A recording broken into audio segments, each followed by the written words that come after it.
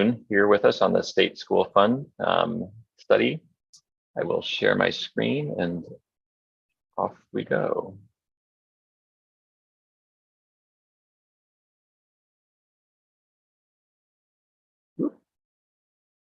Okay, assuming everyone can see that. So our main goal today was just to give a quick overview of where we've landed with respect to the report, give you a summary of the high-level findings, and we'll spend a couple of minutes on next steps, which is really just we're sending out the report. You will receive it soon and have a chance to provide some feedback before we finalize the report. But the rest of the time, I'll spend 20 to 30 minutes just talking through the high-level findings from the quantitative analysis. Some of these pieces we've presented before in prior meetings, but we've extended them all a little bit. Then I'll turn it over to Jade and Daniel to spend 15, 20 minutes talking about the high-level findings from the survey and from the engagement. So we have about an hour scheduled here. The meeting is formally scheduled for an hour and a half. So we can provide as much time as needed to answer any questions, hear comments and feedback on what we're presenting today. So feel free to jump in if you have questions as we're moving along.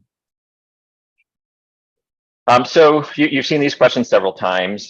Just want to put them in front of everybody again. We came up with these to sort of address the intent and the letter of the budget note that prompted this study.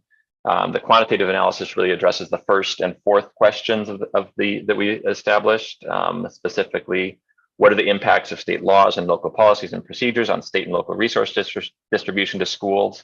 And we're focused here on the general purpose grant formula funding formula, as well as the actual observed allocation of teacher and staff across schools and how students experience those resources. And then second, based on the available data and evidence, whether it's external research on the effect of an experienced teacher or a race congruent teacher, or data we've collected through the study, want to provide some quantitative evidence and analysis that helps to characterize the way that BIPOC students are experiencing these resource distributions and what the impacts might be on their educational outcomes. So first finding here, we talked about this a lot in November, but we looked at the budget data. We looked at both revenues and expenditures at the school level across Oregon, and concluded that overall, the state school fund allocation results in a slightly progressive resource allocation. What we mean by that is BIPOC students on average attend schools with slightly higher per student expenditures than non-BIPOC students. This is consistent with findings from the literature review and other research on Oregon's system specifically. No real surprises there, but we were able to put some numbers on that progressivity. We did find some variation in students' experience of expenditure levels by race and ethnicity. I'll show you a picture of that in a second. We also found that this measure of progressivity is enhanced when districts add other resources beyond the GPG to their general fund. And it's actually the general fund expenditures that we're able to track down to the school level. Finally, we do have findings from the literature that provide insights into the potential benefits of this progressivity to BIPOC students. And we did a little modeling that I'll talk about in a few slides that can quantify the potential benefits of that additional spending experienced by BIPOC students. What the study could not and did not do was try to evaluate any specific programs. We did not have program level detail on expenditures or exact information on what services students might have accessed or what programs students might have accessed. So that's an important caveat. Just a little more detail on this finding. Again, I mentioned that the progressivity that we found in terms of average per student spending levels varied a fair amount by race and ethnicity. You can see from this chart that Black students experience the highest per student expenditures relative to white students across race and ethnicity. We see a very different picture when we look at Hispanic students, where there's a little, but not much difference in the per student expenditures experienced by those students. So I think that has certainly some implications, in thinking about future programming. So if we look at this geographically, the expenditure difference, and look at within each district in Oregon, the average expenditure level experienced by BIPOC students relative to non-BIPOC students, we get the map on the right, and then we're comparing that to BIPOC enrollment on the left. On the right map, districts colored in yellow have a sort of negative expenditure difference where white students would be experiencing higher levels of spending than BIPOC students. The blue and darker blue districts, the reverse is that's where we see the additional expenditures experienced by BIPOC students. And you can see that for the most part, not across the board, but for the most part, we're seeing BIPOC students experiencing greater expenditures in areas where there are a lot of BIPOC students, although there are some exceptions. I'm looking at the Portland metro area, parts of the valley, perhaps down in the southwest coast. Is a notable exception in sort of the central or north central Oregon, where we have a fair number of districts with relatively high concentrations of BIPOC students, but that sort of negative expenditure gap where those BIPOC students are experiencing lower levels of expenditures. Also worth noting on the right-hand map, the lighter yellow color is a very small sort of negative expenditure gap, 0 to 1%, smaller than the overall statewide average that we're seeing BIPOC students benefit from. Okay, so it's finding one. Quantitative finding number two. This is the modeling I referred to. We looked at the actual allocation of general purpose grant and thereby state school fund distribution, and then ran some scenarios where we modified the weights. And we have a number of scenarios that we describe in the full report. Here, I just want to focus on a hypothetical weight for BIPOC students of 0.5. We inserted that into the funding formula, recalculated the allocation, and looked at the implications there. And I will say that the goal here was not to propose this as an actual weight, but just to help people understand the potential implications of a BIPOC weight on allocation of a fixed pie of resources. As you'll recall, this is a study about allocation first and foremost, and not about adequacy. So this is not about increasing the pie. It's about shifting formula dollars in one direction or another based on changes to the formula weights. So adding that hypothetical weight, what do we find? We found an increase in expenditure levels experienced by BIPOC students of about 1.5%. So that would be an increase in the additional expenditures experienced by BIPOC students of about 50% overall. So in terms of current conditions, fairly significant increase in progressivity with respect to race and ethnicity. There's some key assumptions to this estimate. We assume that districts would otherwise allocate all their additional or reduced resources in the same way that they are currently allocating them or were as of 2021. But merely changing the formula does not ensure that district spending patterns necessarily adjust to reflect apparent intent of any such change. And as you'll see in the next slide, there are a number of districts who would see resources reduced because of the formula change. It's conceivable that that would change more than just a proportional allocation. There might be other decisions made that would alter the actual implications of this formula change. I'm going to skip to the bottom bullet for a second. Despite those assumptions, I think this is still useful to analyze either a BIPOC weight or other changes in the formula and think about what might happen and what is the magnitude of changes that changes to the formula would foster. And we describe that in a little more detail in the report. Do have to say, final point here, we did not include an assessment of legal prohibitions and requirements associated with race-based policies. So again, this is a hypothetical thought experiment to help the committee, other readers of the report, just understand the magnitude of the impact of specified changes to the formula. And Andrew, you have a question from Amanda. I don't know if you want to take those as you go. Sure. Yep. Okay. Yep. Great. Amanda, and sorry if I didn't notice your hand earlier. Yep. Oh, no, that's totally fine. I just have questions as we're going along. The first one is about, and I think I just want to check my hearing of how you described it, is that when we're talking about BIPOC students experiencing the effect of the resource, we're just talking about a situation where more BIPOC students, like the number of BIPOC students are present. We're not talking about like any qualitative data of their experience through it, right? It's just a matter of how many reach them, right? Correct. Yep. Cool. So I would just, great. I'm glad that I'm understanding that right. I would just, and again, I don't know how this is going to show up in the report. Think about the language there of experience, because it sounds like we're talking to BIPOCs. I had to like kind of track back.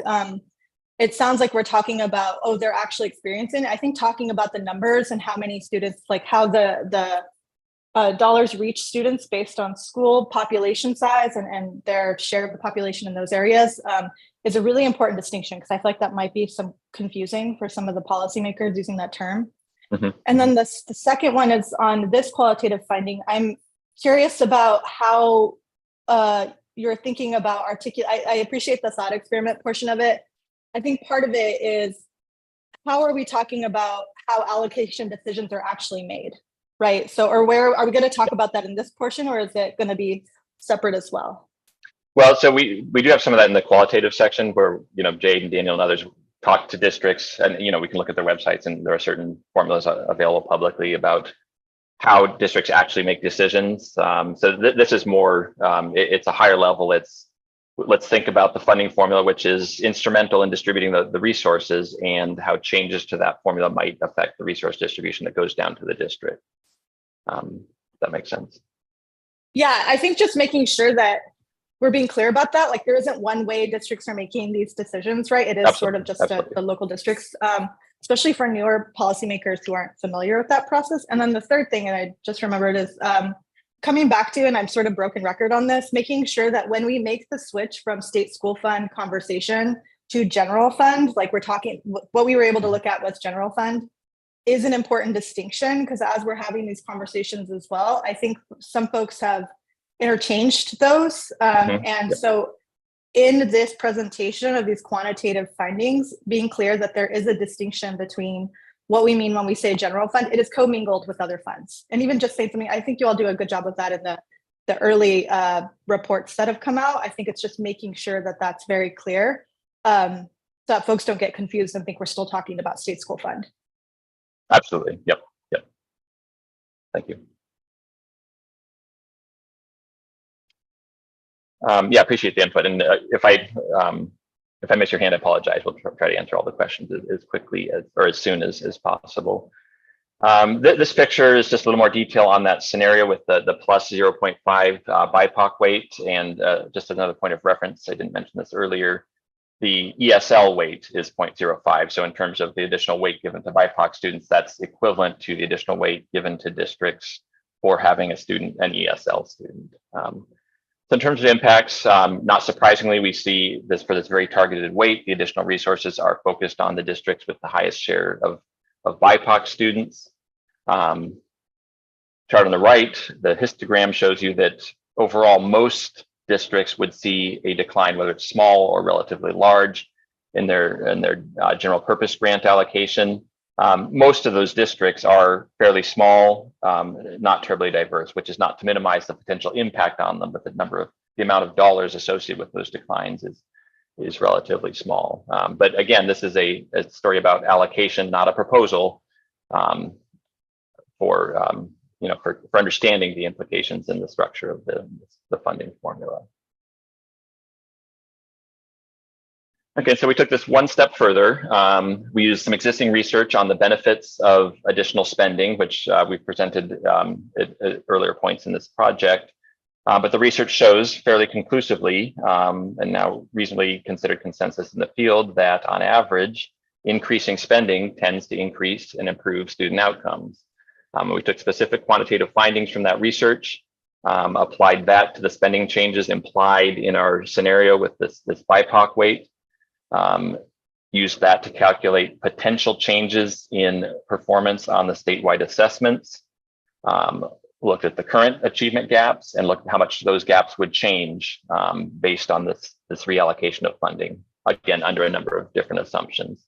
And what we found is that based on some assumptions, the achievement gaps in middle school and elementary school would close by a little bit under 10%, depending on the population of students we're looking at.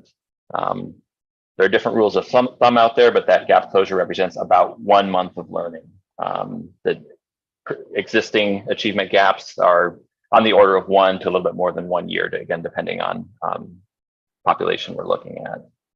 Important to point out, as suggested by the prior slide, but part of the closure occurs because BIPOC students experience greater resources at their schools. And apologies, I work on my terminology, but the schools that BIPOC students attend will receive relatively more resources on average. A number of schools and districts that lose funding will have fewer resources, and they're serving primarily non-BIPOC students, and presumably those students would suffer and have lower achievement. So part of the gap closure is a negative story. That's important to recognize. Again, this is a question about how reallocation might affect outcomes. As a side note, a remedy, and this is getting into adequacy a little bit, but a remedy could be to increase the state school fund resources sufficient so that we could reallocate resources towards BIPOC students and hold harmless districts that have relatively few BIPOC students, but not a specific proposal here.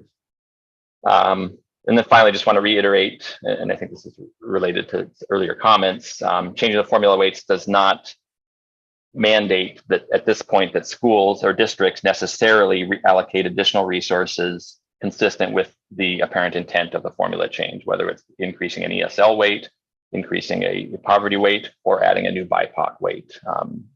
The state school fund allocates resources to the district, and then districts make other decisions about what to do with those resources. Next finding, and I have a number of slides just sort of illustrating the data, some of which we've shown before, some of which we haven't.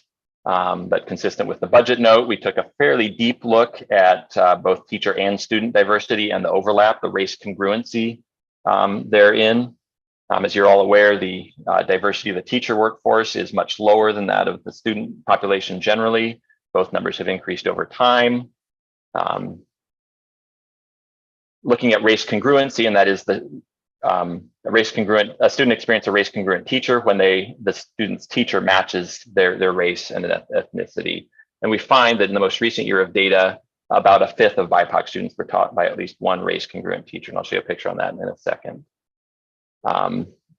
We also found, and this won't surprise anybody, but that average teacher experience varies somewhat by teacher race. And this has some important implications in that there's a potential trade-off between the benefits of teacher experience and exposing students to teachers that look like them. As it turns out, and as we'll show, on average, BIPOC students and non-BIPOC students have teachers that are pretty similar in terms of experience. And so it seems appropriate to focus on a couple things. One, working on that teacher diversity and improving the ability of students to be taught by teachers that look like them, as well as work on the pipeline recruitment and retention, because the way to close the experience gap is through those efforts. So just some pictures. Again, I've already talked about most of these. I will say that if you look on the right, the share of BIPOC students with at least one race congruent teacher, that number has increased more rapidly than either student or teacher diversity, at least in terms of percentage points. It's almost doubled over the past 7-8 years. The fact that a higher share of BIPOC students have a race congruent teacher than the teacher diversity is driven largely by the fact that in middle and high school, students have more than one teacher, multiple teachers in any given day. It's important to recognize that the research right now proving the benefits of having a race congruent teacher are focused on elementary school, where students have, for the most part, one teacher throughout the day. That's very different than in middle and high school, and some of the findings we'll show later on should be interpreted with that in mind. A lot of numbers here, won't talk about very many of them, but just want to show the variation on the left in experience of race congruency. Hispanics are much more likely to, on the top in terms of the BIPOC race and ethnicity groups, almost 30% of Hispanic students had a race congruent teacher in 21-22. Native Hawaiian Pacific Islanders on the other end, a very small 1.6% had a race congruent teacher. And this is a relatively small population, relatively small number of teachers that identify as Native Hawaiian Pacific Islanders, but there are potential implications for outcomes there. And we have some other data here that you're welcome to review in the full report. Again, mentioned that teacher experience varies by race and ethnicity. Won't dwell on all the numbers here, but if you look at all teachers, average experience level is about 11.5. For Hispanic and Black teachers in particular, average experience is several years lower. So that's not a tiny gap, and something to consider again in thinking about efforts to improve teacher retention, the retention of diverse teachers. But again, if we look at the full experience of students by race and ethnicity and the average experience level of their teachers, Find pretty small differences. The one exception would be American Indian Alaska Native students whose teachers are on average maybe half a year to 0.7 years less experienced. American Indian Alaska Native students are also several percentage points more likely to be taught by a relatively new teacher. And there are, again, implications for outcomes of those differences. Finally, we took this analysis one step further beyond just teachers and looked at the race and ethnicity of staff in student schools, whether it's principals and vice assistant principals on the left, all the way to looking at the share of all staff at a school that are of a given race and ethnicity. And the numbers here just give some sort of baseline numbers for understanding how the extent to which BIPOC students are experiencing a diverse, not just teachers, but diverse school experience with principals at the top, other professionals in between, and across all staff.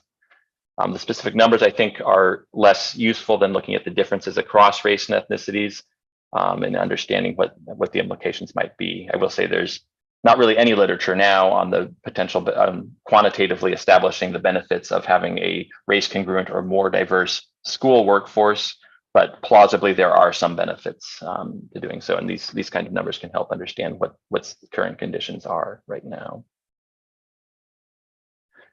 Okay, so final quantitative finding. This is really a list of findings. This is the result of our modeling of student level outcomes. We looked at a number of different outcomes, all the way from elementary and middle school achievement score performance to ninth grade on track to on-time graduation. There's more discussion and more more highlights in the full report, but I just wanted to list a few here to give some context for what we're finding. First, consistent with the literature, we did find evidence that having a race congruent teacher in elementary school seems to produce higher math achievement in that grade. At the same time, the results suggest having a race congruent teacher in middle school might be negatively associated with ELA achievement growth. And that's obviously less exciting. I think we'll talk about caveats, and it's important to view that particular finding and all of these through the perspective of the caveats that I'll mention in a second. We did find that having a higher share of race congruent educational assistants in a school is associated with higher math achievement in middle school. We also found that having a higher share of race congruent educational assistants is associated with a higher probability of being on track in ninth grade. And there's a missing space there, but so that's a positive outcome. We know through the work of ODE that being on track in ninth grade is a predictor of on-time graduation. Finally, we found that having a race congruent teacher in ninth grade is associated with an increase in on-time high school graduation. That works out to be about 1.5 percentage points, which is not huge, but it's meaningful in the context of the share of students who are currently not graduating on time and the existing outcome gaps. So just sort of a scattering of the high-level findings from that analysis. I think it's important to recognize that these are not causal estimates. We're not in a position to definitively prove that, say, having a race congruent teacher in ninth grade causes better high school graduation. These are suggestive findings, and I think can be useful for driving subsequent more deeper analysis in areas that are particularly interesting. At the same time, the first finding is consistent with literature that's out there, and we can show that in Oregon, we're seeing the same kinds of trends. With respect to the middle school finding, it's important to recognize that we did not get into specific math versus ELA teachers. There's a lot of nuance involved in understanding the course taking patterns and so on. And so again, I would treat that negative association in middle school as something worthy of further exploration rather than definitive. And that's the end. Happy to take questions if there are any on those, and otherwise I'll turn it over to Jade and Daniel.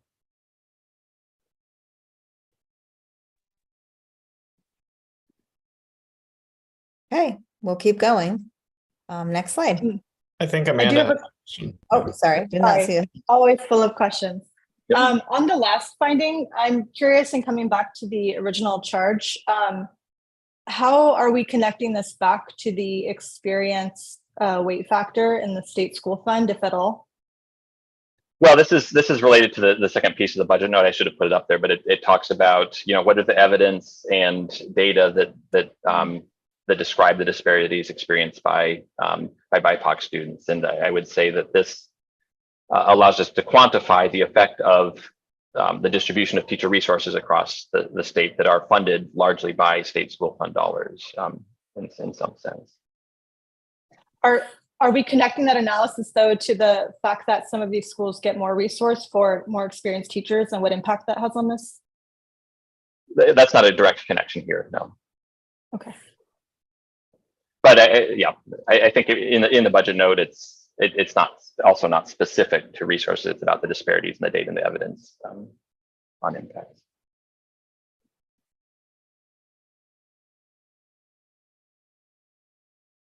Okay, just a quick reminder of how we collected this data. We did the first round, which we talked about, I think, 2 advisory groups ago, with sort of state level interviews. People work in more broadly. And then our second round has been a deeper dive into the district level. So we've talked to 3 different stakeholders in the district level. I think Sorry.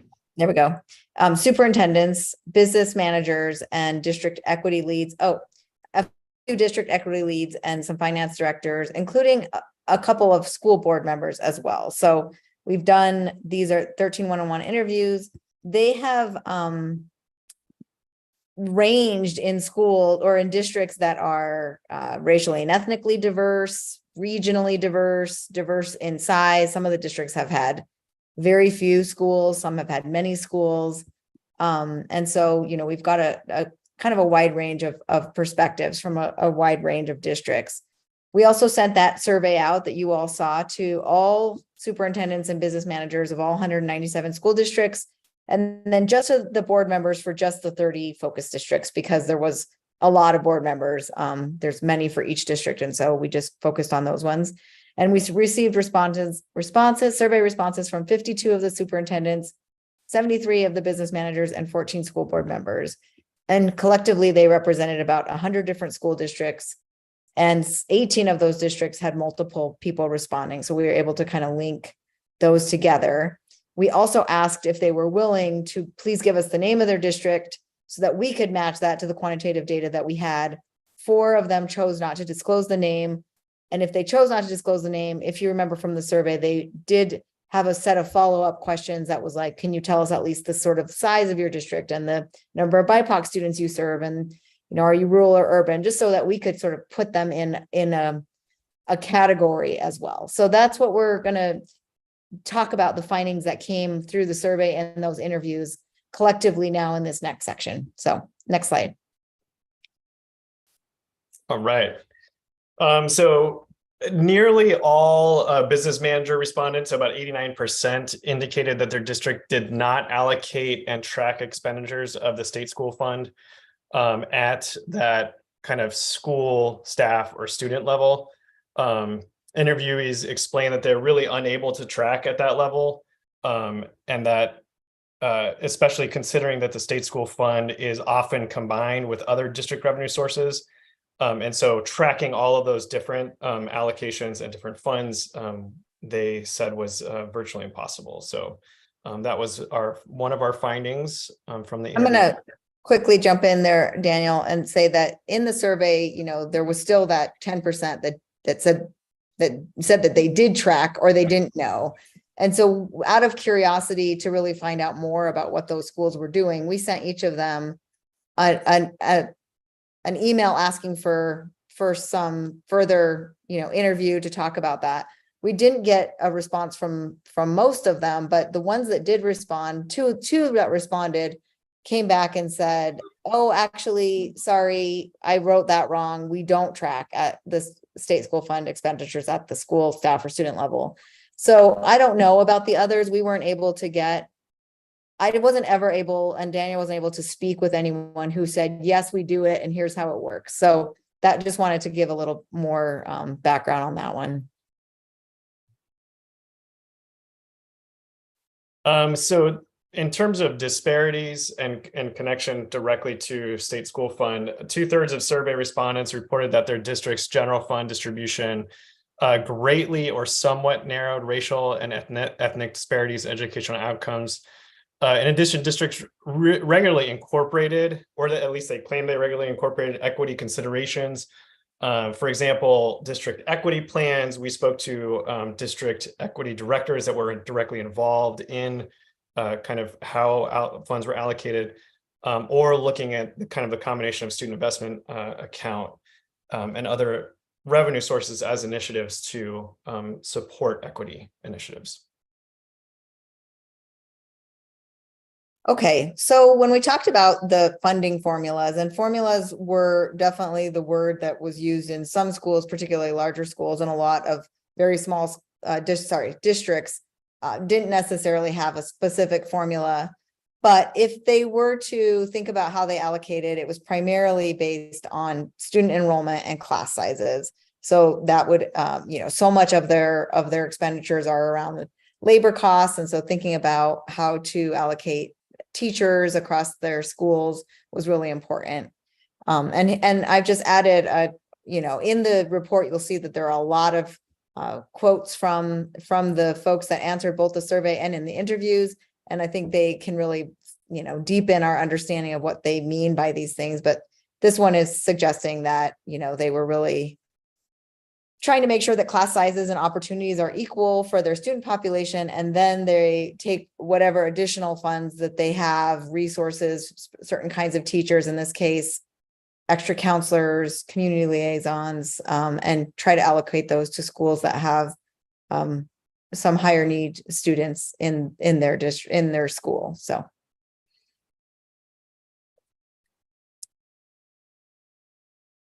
I think this one's mine as well. This came up a lot. And again, we know that this is not a report about adequacy, that this is a report about the expenditures and its impact on BIPOC students. But this definitely came up a lot, that most districts describe insufficient funding levels, declining funding levels, increasing costs for some of the sort of basic needs items that they have to have, insurance and transportation and building maintenance and all of that, which means a declining pool for student support resources. So, it keeps coming up that while they are grateful for the additional, targeted funds that do allow for some of that very, specific support for BIPOC or other students who need additional supports, that it comes with this other declining role that the state school fund, the decline in that kind of budgeting has big impacts on their ability to sort of do good, equitable distribution of resources. And then in terms of administrative costs, this came up a lot, and particularly for all the districts, but particularly those smaller districts, that the burden of reporting would be really actually impossible or very, very difficult with the level of staffing that many of these districts have, that it would be, prohibitive in terms of just the number of people hours that it would take, and difficult to track those from other general fund revenues. And that came up very strongly across the districts and the folks that are responding. Okay. Any questions about the findings that we heard from the superintendents, business managers, school board members, et cetera?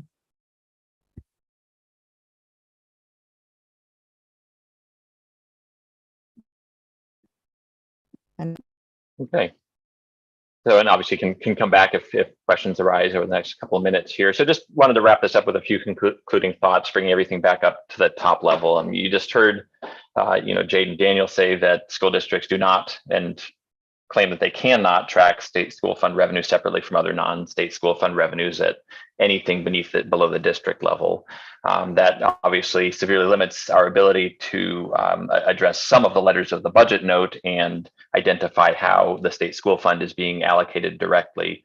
And so we're forced to step back and use proxies such as general fund, of which the state school fund is a large component, but it's obviously not the only component. Based on the interviews and the data analysis, it's pretty clear, formula weights, class size ratios, and other required programming come together to create what looks like a slightly progressive resource allocation with respect to race and ethnicity. And we've quantified that in various ways and described in the qualitative section. Our literature review and other sources cited in the study, when applied to Oregon, whether it's the student level data or the state school funding allocation, suggests and helps to quantify how changing processes, policies, and procedures can play a role in addressing longstanding student inequities. And of course, the research shows that more spending leads to better outcomes on average. Although it's important to recognize that spending by itself, throwing dollars at a problem, does not cause the improvements. It's important to have an amount of intention in how spending happens. Through our interviews and others, we get to have a good sense about how districts are approaching equity and closing gaps for BIPOC students. And these are gaps that we've all heard about, know about for a very long time. They're very large, and we have not made nearly as much progress as we should have. But there has been over the years and decades increasing attention to these disparities. Also, from the qualitative section, you just heard Jade talk about insufficient funding levels. Of course, everybody could use more resources. The Department of Education's own quality education model suggests that there's a large gap between what districts and schools need and what the legislature provides. But what we heard from the smaller districts in particular is that mandating in additional efforts, additional initiative, additional programs without additional funding makes their jobs that much harder. Still, other districts, also largely smaller districts, claimed or stated that they were not explicitly focusing on equity in their resource distribution because they had a relatively equal distribution of BIPOC students across their district. Maybe they don't have very many schools and the areas are relatively demographically fairly similar, and thereby did not need to explicitly address disparities. So that's the high-level findings. Open to questions, comments on that, or on anything else from the prior slides. I have a question. Yep. Unless others do. Go for it. Can you expand on that final point? I don't think I fully understood that claim or that finding. Sorry. Well, so I'll let Jade and Daniel if I jump in if I've misstated or have further clarifications. But I think the idea is that, well, I mean, I think that the insufficient resources statements is fairly straightforward, right? They're saying I don't want an unfunded mandate. If you're going to tell me that I need to spend more money on BIPOC students, you need to give me more resources. I think if those are reflected in there, I'm just going to say, because I'm having like a response to that. The idea that we would say that we are equitable in our practice, but we can't be equitable in our distribution of resource to BIPOC students unless you give me more needs to be, I think, untangled in the qualitative piece here. So this is where I want to get back into, and I understand these are qualitative surveys. We got a certain amount, but I think these sorts of attitudes where we're actually being very clear about how decisions are made systematically, right? About how local school boards and others have full autonomy to make these decisions. And when we're coming back over to then talk about how decisions are being made to actually allocate the resources to those BIPOC students, I think we need to talk about where the disconnect happens there, or just like make that a little bit more explicit, because I'm hearing one thing and then I feel like it's just very unclear to me. So I think folks are saying we need more to do this work, but then it's saying also, oh, we do that, right? And I feel like this is where I want to go back on the quantitative side too, to be clear in that what I'm hearing, and maybe I'm wrong on this, but I just want to be clear for, as this goes out into the public and into the world, that folks are following the track here, is I'm understanding the quantitative side in terms of allocation, reaching those BIPOC students. Like what I heard is if the school basically has more BIPOC students, then more funding reaches those schools, for BIPOC students. And that makes sense because we have a funding formula that has a weight for BIPOC students. So I do want to have some sort of like congruence or connection between what's happening there in terms of schools are getting more resource for BIPOC students. And so the assumption built into the quantitative side is that then more BIPOC students would experience that resource, right? And this is where I flagged sort of the term, right, of how students experience that. And then on the other end, we're hearing, well, in order to, we just do it equally across schools. And if you want us to do more, and again, I'm reading into this final bullet, which is why I want to get the clarification, then you need to give us more resource. Those two things don't really connect well for me. And so I think as the report's being written out, I just want it to like tell a more coherent story, I guess.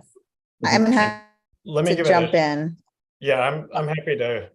I think what I heard from school districts, and Jade, please correct me if you didn't hear this, is that state school funds was insufficient to cover all of the needs, all of the equity needs that were kind of that bubbled up, and the schools were trying to address. And so I remember one equity director mentioning that there is a scarcity mindset that she has to make decisions about what programs she can and can't do based on the existing funding, and she can't do everything. And so I think the comment, the kind of theme that came out of that was that school districts were saying that the state school fund isn't enough to cover everything we need to do, even though we are funding things equitably, if that makes sense. But right? they're Making decisions. Yeah. But again, that's confusing because the first bullet says they don't track their state school fund revenue at that level, right? And so I think that this is where it's sort of like, it feels like we're having one conversation in terms of the amount of resource that's allocated to those school districts that should, in theory, be experienced by BIPOC students who are present in those districts. And then the commentary about what's needed in order to make sure that resources are reaching those students through different programming, right? So I just feel like there's a little bit of, I don't know, it just feels a little bit confusing to me. So I'm trying to like wrap my mind around what the last bullet says in the context of the first I'm bullet. gonna jump in. Thank I'm you. gonna jump in because I think one of the issues with the last bullet is that these small districts, many of them are experiencing, they're saying all of our schools have students with very high need. This is not an opportunity for us to be thinking about, well, we're going to send more to this school versus that school. Like everybody in this district is really overburdened. And whereas when I spoke to districts that had much larger districts, they were doing a lot of reshuffling to be able to be more equitable in their redistribution to certain schools.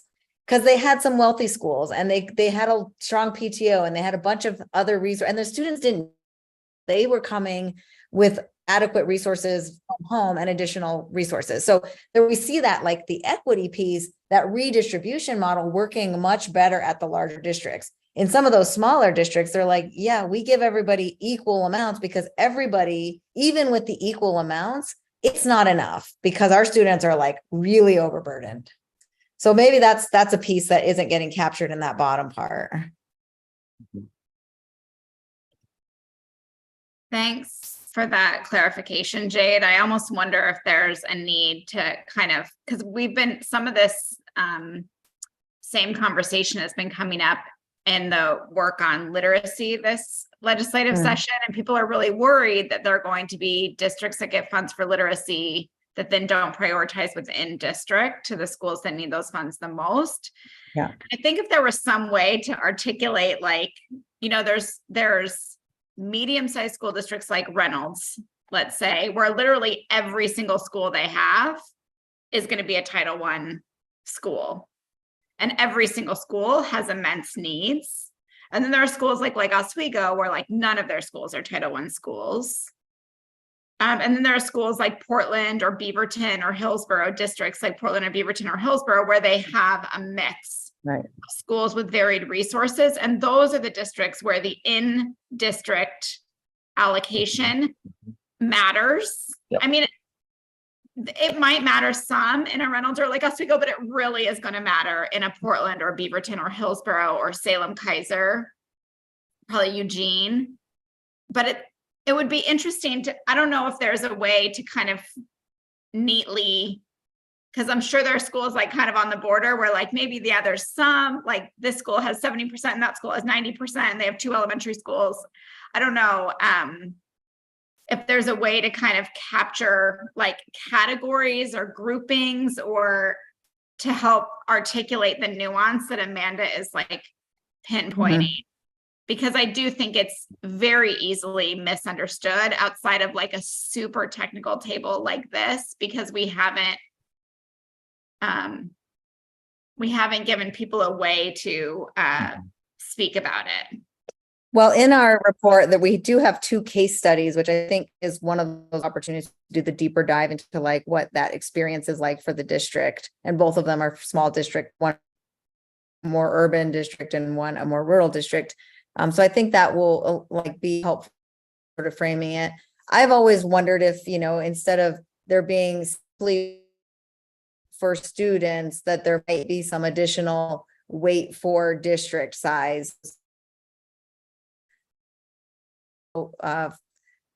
Districts were able to allocate not just how many schools they're serving and how many students they're serving, but also the distribution across their schools.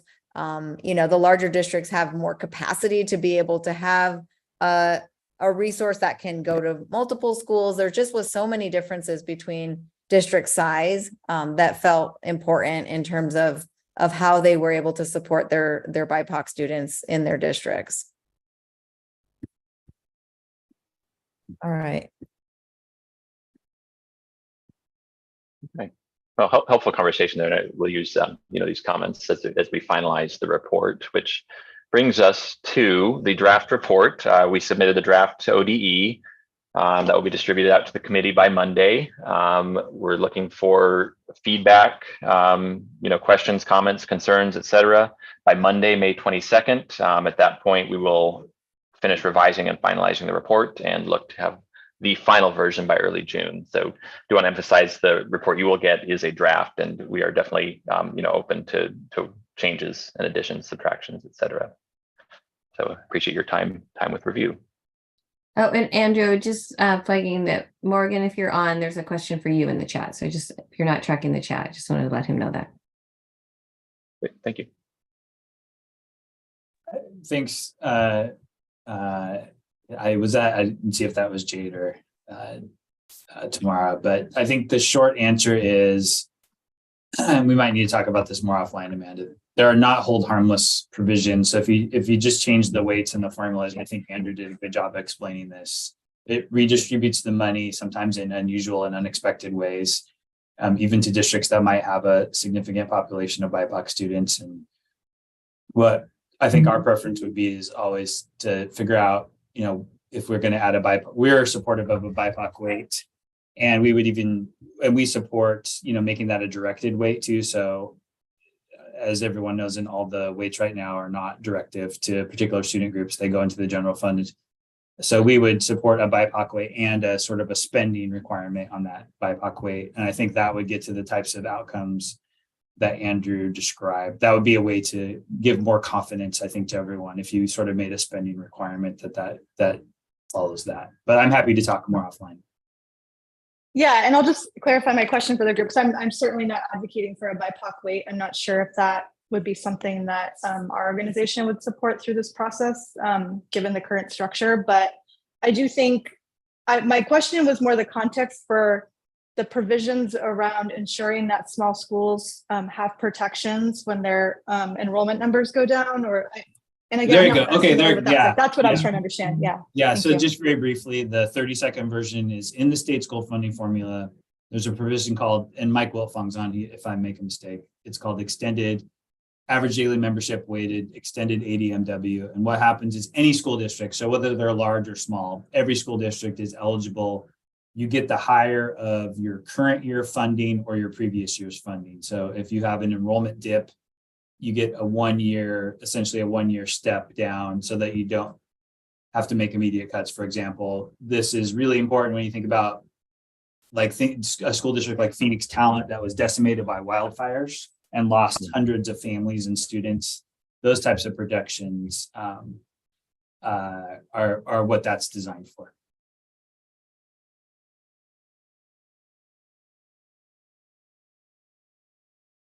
Yep, thank you.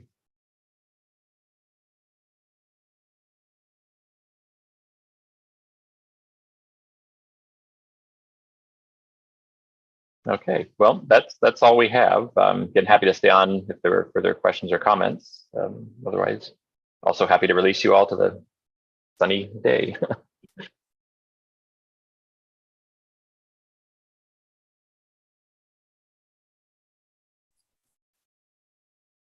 Thanks, you guys. Thank you. Bye. Yep, thank you.